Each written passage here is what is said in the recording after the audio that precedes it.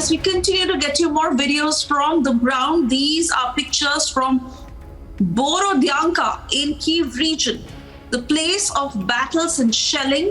And locals say that a bomb had fallen on a house from a Russian plane. So contrary to Russia's claim that civilians are not being attacked, here you see in these pictures of how locals are claiming of a bomb falling on a house from a Russian plane. These are pictures from the Kyiv region, Niranjan. Yes, pictures like this coming from different parts of Ukraine. And, yesterday it was agreed upon. And in fact, that video, we'll go full frame to that video. That video is coming in from the outskirts of Kyiv. And in fact, there are many videos. It's a drone shot that tells you the intensity of the bombing in Ukraine's capital. In fact, Russia has surrounded Kyiv.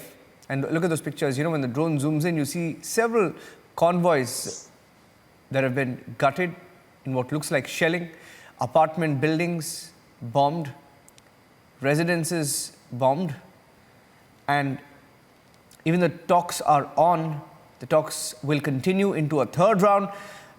Ukraine and Russia have, however, decided to allow a safe corridor for civilians to evacuate and for humanitarian supplies to be delivered. Now, this video tells you about the intensity of the bombing. Now, some more breaking news updates coming in. Let me tell you that as far as Russia is concerned, they've seized another key Ukrainian port and they're trying to press others. They've battled for control of a vital energy-producing city this morning. We saw what happened at the nuclear power plant. In fact, there's a related development on that. Ukrainian authorities say the fire at Europe's biggest nuclear power plant ignited by Russian shelling has now been extinguished. So that's a bit of a breather there.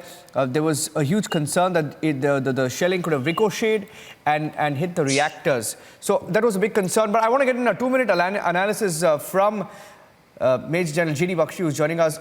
Before I go across, I think Shivani is also live with us. Let me get a quick word from her on the talks update. She was at the venue of the talks in Brest. Shivani, I know it's a very early morning there. It seems like you're freezing. Okay, your frame is also frozen. Okay, poor signal with you there, Shivani. I'm just trying to get you across. Take us through the update and I'll go across to General Bakshi and get his view on what happened there at the nuclear power plant. Shivani, what's the update from the talks?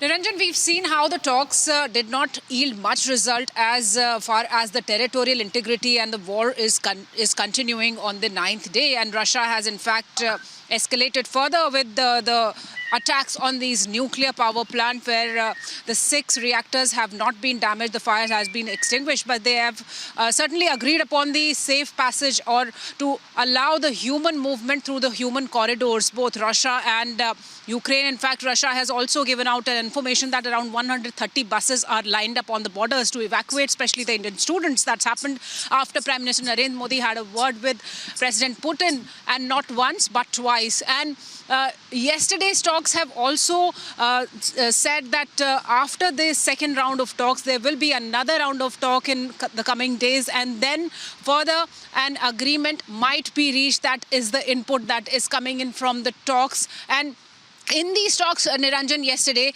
the Ukrainian side had made it very clear that they are not going to discuss what's happening inside Ukraine. They are not going to discuss on the regime change. They are not going to discuss on the territorial front, but they will discuss about the evacuation because that's the priority of both the nations.